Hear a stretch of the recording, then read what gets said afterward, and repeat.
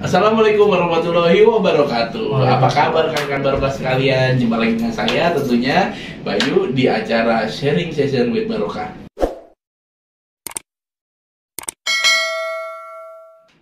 Ya, dari kemarin kan kita udah mulai ngobrol bareng Bayu terus tuh. Jadi hari ini kita mau sharing-sharing, berbagi knowledge atau knowledge dari ilmu pengetahuan bersama rekan-rekan kita dari Barokah Consulting tentunya. Yang pertama itu ada Saudara Sony Wijaya Pratama, Eskom. Oke. Dan yang satunya ada Saudari Maulida Sofiani, ST. Terus kan. Oke, siap. Boleh? Ya. Karena sebelum syuting ini kita sudah rapid antigen ya, jadi insya Allah aman. Oke,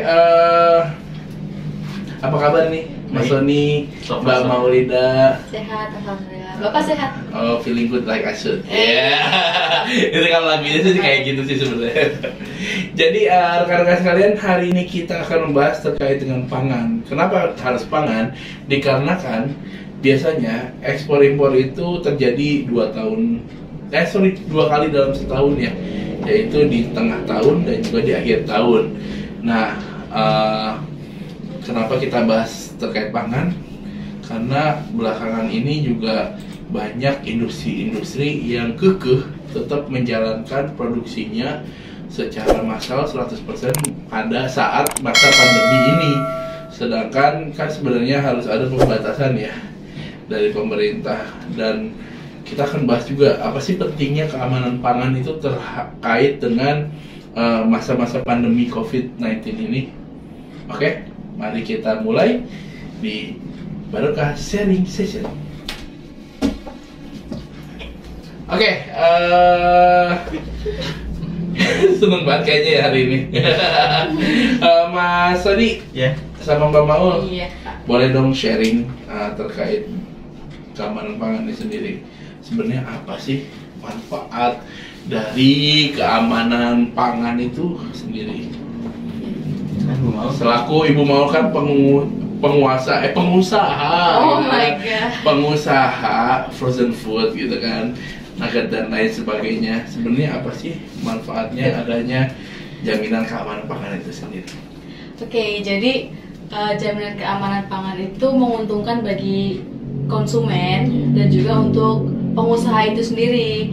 Kenapa? Supaya produk yang kita dapatkan itu terjamin adalah aman, bebas dari bakteri, bebas dari virus untuk dikonsumsi, dan juga untuk meningkatkan kepercayaan konsumen kepada industri. Itu berarti kan terkait dengan jaminan. Ketika kita ngomong jaminan berarti itu harus ada sertifikat ya. Betul. Sebagai bukti bahwa adanya implementasi dalam industri itu tersebut ya. Ada sertifikat apa aja sih kira-kira ya, Bu Maulida dan Mas Sony mungkin yang mau jawab? Kalau untuk dari agama sendiri ada sertifikasi halal dari MUI, itu untuk khusus untuk muslim, ngejamin kalau barang atau produk yang digunakan itu atau dikonsumsi bersertifikat halal, aman, halal dan thoiban buat dikonsumsi. Oke. Ada juga CPPOB, itu adalah cara pengolahan pangan olahan yang baik, atau dalam bahasa Inggris biasa disebut dengan Good Manufacturing Practices atau GMP. Terus bisa juga mengeluarkan sertifikat dari BPOM. Terus ada juga apa ya, HACCP juga bisa. Jadi banyaklah sertifikatnya. Kalau untuk ISO sendiri, ISO berapa ya? Oh, ISO-nya itu ada 20.000 tahun 2018. Oh, terkait dengan sistem manajemen keamanan pangan. Dan Betul, juga ada ISO 91 2015 terkait dengan sistem manajemen mutu. Oke. Baik, kita ke pertanyaan selanjutnya ya. Kenapa makanan harus enak dan sehat? Ini pertanyaan dari Agung Epi. Terima kasih Mas Agung pertanyaannya. Ini pengusaha orang Jawa. Kenapa harus enak? Iya, harus enak dan sehat. Kenapa? Ya. Enak sih biar laku, Pak. Oh, biar laku ya. Oh iya. Biar lama yang beli. Biar kan konsumernya tuh seneng. Balik lagi. Kalau sehat biar apa? untuk memenuhi gizi dong tentunya. Oh iya, Ya benar. masa kita makan tidak bergizi gitu. Pertanyaannya berfaedah sekali, Sarnyo. Terima kasih Mas Agung. Oke, ada lagi nih, kita ke pertanyaan berikutnya. Dari siapa? Pertanyaannya Bapak Nasrul Huda, AMD. Wih, mantap. Jadi sebenarnya penting nggak sih halal? Penting. Penting. Penting untuk seorang muslim, halal itu udah jadi kebutuhan sehari-hari. Oh iya, benar. Fundamental. Mulai dari produk yang dipakai untuk menyentuh badannya sampai ke yang dikonsumsi ke dalam badannya yang dimasukin, itu juga penting banget produknya itu halal, bersertifikasi halal. Oh begitu ya, berarti kalau makanan ini harus halal ya, Iya. kalau sebagai umat muslim gitu. Oke, siap. Kalau gitu, saya sih pengen bertanya sebenarnya, apa sih sebenarnya pengaruh dari keamanan pangan ini di era pandemi COVID?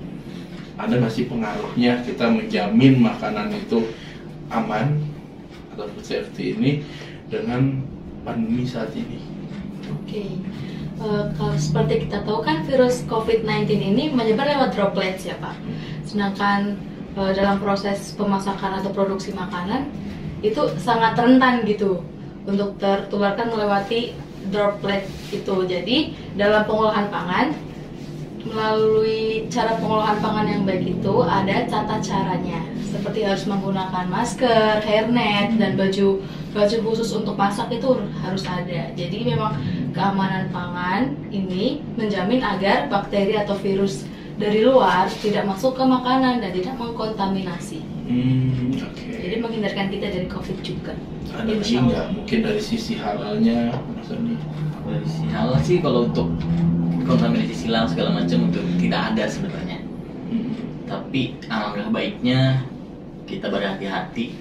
Jadi harus yang ngikutin apa yang udah di pemerintah kasih protokolnya. Siap, berarti tetap dijalankan ya terkait protokol 5M-nya. Tadinya 3M sudah meningkat jadi 5M, berarti kita harus lebih waspada lah. Oke, selanjutnya yang terakhir nih, ada nggak sih tips dari Mas Sony dan Mbak Maul, terutama Mas Sony dulu sih, sebagai pernah jadi pengusaha martabak, ya, tips memasak atau membuat makanan yang dijamin keamanan pangannya atau kehalalannya? Pertama sih dari bahan yang dipakai, sama juga toolsnya, alat-alat yang dipakai ketika masak, ketika mengolah bahan makanan sampai ke itu jadi, itu juga harus dipastiin kebersihannya, dipastiin kehalalannya. Nah itu udah penting banget sih. Dan kalau masalah rasa ya, kita bisa uji coba terus dikembangin. Kalau dari Mbak Maulida Kalau sendiri? dari saya, pilih bahan yang segar. Kalau ke warung, sayur atau ke pasar gitu, usahakan cari barang yang segar. Dan misal kalau tempat itu agak kotor ya, mungkin bisa pilih yang lain. Atau mungkin di rumah dicuci dengan sabun yang sudah food grade, itu bisa banget. Ya, food grade ya. Kata kuncinya food grade, biarin buat PR rekan-rekan barokah di podcast selanjutnya ya. Jadi tetap ikuti kami ya di podcast berikutnya. Terima kasih banyak. Terima kasih, Mbak Bapak. Maulida, Ibu Sony. Maulida. Mas, sampai salah nyebutnya Mas Sony. Semoga sukses ya usahanya, baik martabak maupun frozen foodnya. Ini dulu tuh saya pernah tahu di frozen food. Ntar kita bahasnya di Next podcast kita episode. yang lain, oke? Oke, terima kasih banyak atas kesediaannya rekan-rekan barokah untuk menyaksikan podcast kita kali ini. Sampai jumpa lagi di podcast kita berikutnya. Assalamualaikum warahmatullahi wabarakatuh. Waalaikumsalam.